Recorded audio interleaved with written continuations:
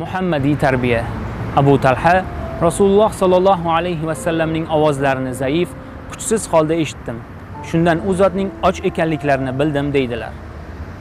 Chin dildan seni yaxshi ko'rgan sodiq kishilar og'riqlaringni aytmasingdan oldin ovozingdan o'qib oladilar.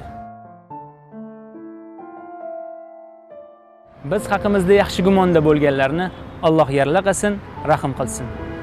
Bizda mavjud bo'lmagan narsalar bilan bizni ayblaganlarni Alloh mag'firat qilsin. Murid, ya'ni shogird, har qanday maqom va darajaga erishsa ham ustoz ustozligicha, shogird shogirdligicha qolaveradi. Shogirdning erishgan mavqesi ustozining barokati sababli bo'ladi.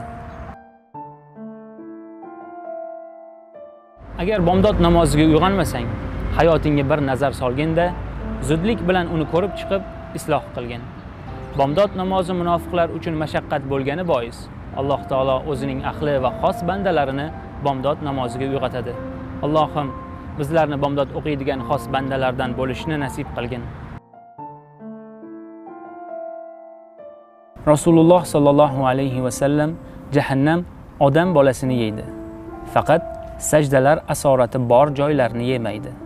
Alloh taolo sajdalar o'rnini yeyishni do'zaxga harom qilgan, dedilar.